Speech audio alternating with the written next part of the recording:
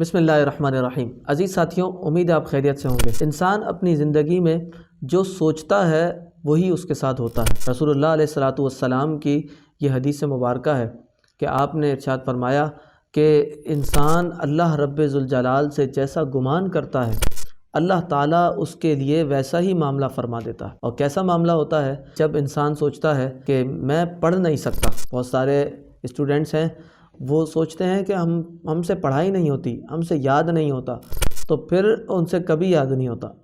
کچھ سوچتے ہیں کہ ہم سے کاروبار نہیں ہوگا، تو ان سے کاروبار کبھی بھی نہیں ہوگا۔ کچھ سوچتے ہیں کہ ہماری زندگی میں پریشانیاں ہی رہیں گی، تو ان کی زندگی پریشانیوں میں ہی گزرتی ہے۔ انسان کو اپنے حالات صحیح کرنے کے لیے سب سے پہلے جو چیز اہم ہے وہ یہ ہے کہ اپنی سوچ کو صحیح کرے، اپنی سوچ کو مثبت کرے اور منفی خیالات چھوڑ دے۔ جب منفی سوچنے والا مثبت سوچنا شروع کر دے گا، اور جس کو سبق یاد نہیں ہوتا، جس کو کوئی چیز یاد نہیں رہتی، جس سے پڑھائی نہیں ہوتی، وہ یہ سوچنے لگے کہ ہاں میں پڑھ سکتا ہوں، میں کر سکتا ہوں، اور اس کو تھوڑی سی کوشش سے یہ یقین حاصل ہو جائے، تو پھر اللہ تعالیٰ اسی میں اس کو برکت دے دیتا ہے۔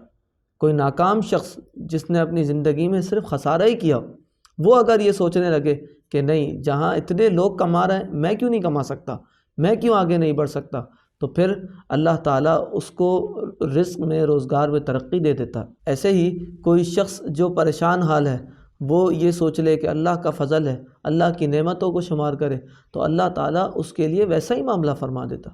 تو اسی لیے سب سے پہلے اپنے ذہن کو، اپنے سوچ اور بچار کو صحیح رکھنا ضروری ہے کہ ہمیں اللہ تعالیٰ نے اتنی نعمت دی ہے، ہم جس طرح سوچیں گے اللہ تعالیٰ ہمارے ساتھ ویسے ہی معاملہ فرما دے گا۔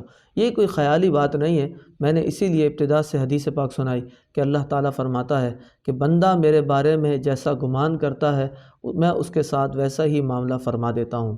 اللہ تعالیٰ ہمیں روحانیت میں آگے بڑھنے کی توفیق عطا فرمائے، ہمارے ظاہر و باطن کو پاکیزگی کا نور عطا فرمائے۔